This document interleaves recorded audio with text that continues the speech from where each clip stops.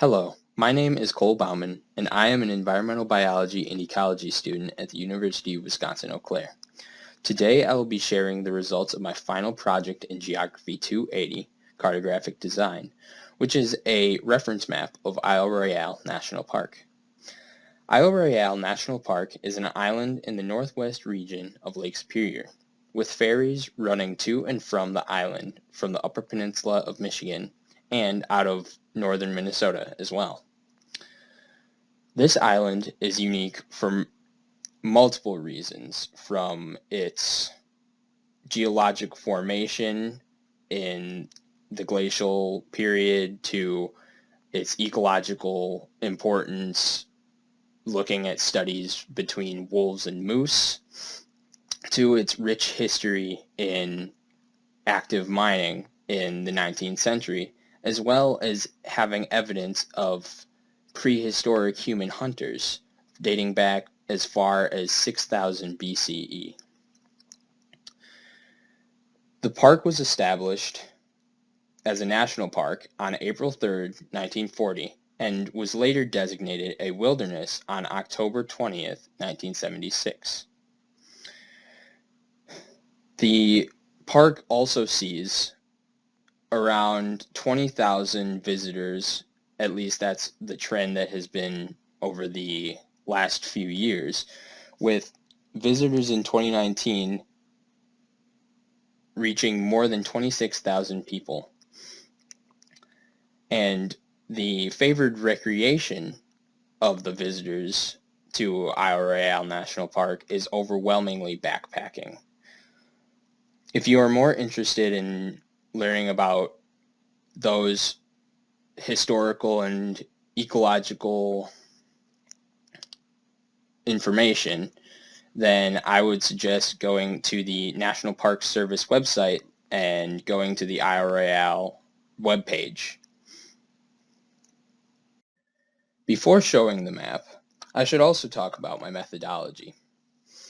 First, I needed to find and collect the data that I was going to use for creating this map. Data sources that I used in the creation of this was a JPEG file of a 2016 Isle Royale map from nationalparkmaps.com, as well as Scholar's GeoPortal, which provided me with bathymetric contours of Lake Superior. In addition, GitHub provided a zip file with NPS icons, and Esri ArcGIS Pro provided me with the base map that I ultimately used for the map. Once all the data was collected, I then created a map document in ArcGIS Pro and created the base map by exporting as a PDF.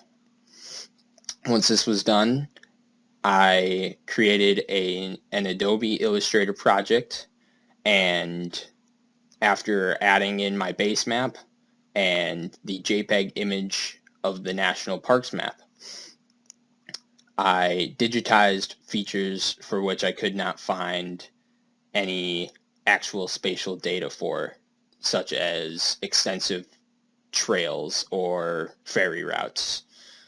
Once this was done, I added other essential map elements such as the scale bar, north arrow, legend, and then finally I just tweaked the features that I had just digitized to address the elements of cartographic design, which are figure ground, balance, legibility, clarity, and visual hierarchy. Waiting for the map itself.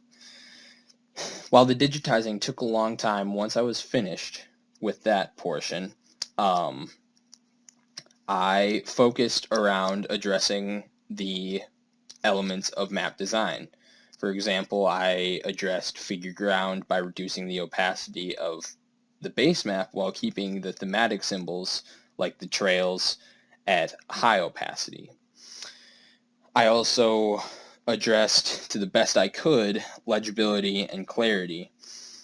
addressing legibility by employing the limited use of lines pointing to the features, as well as trying my best to unclutter the center by putting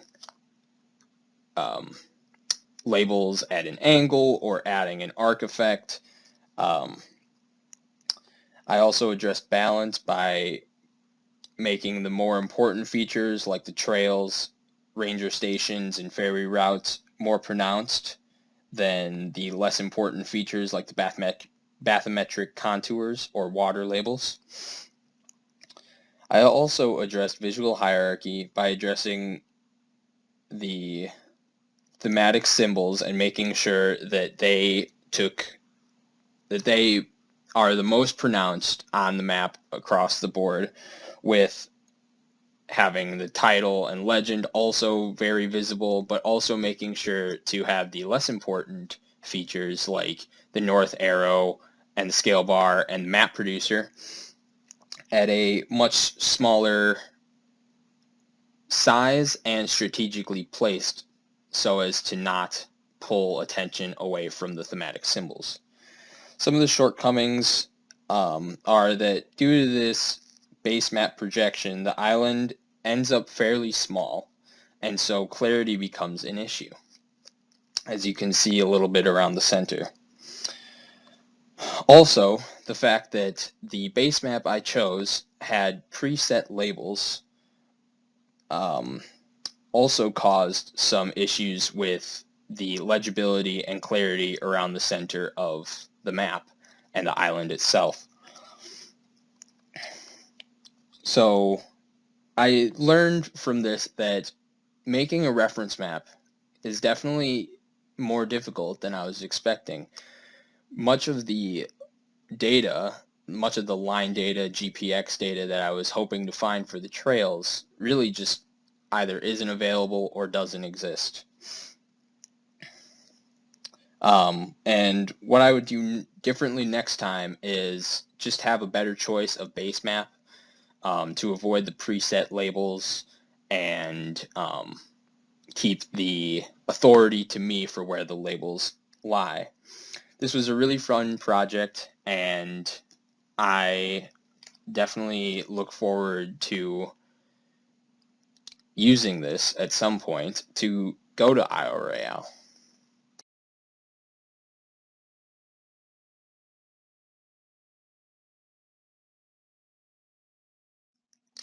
And finally, here we have my big bibliography of all the sources I used.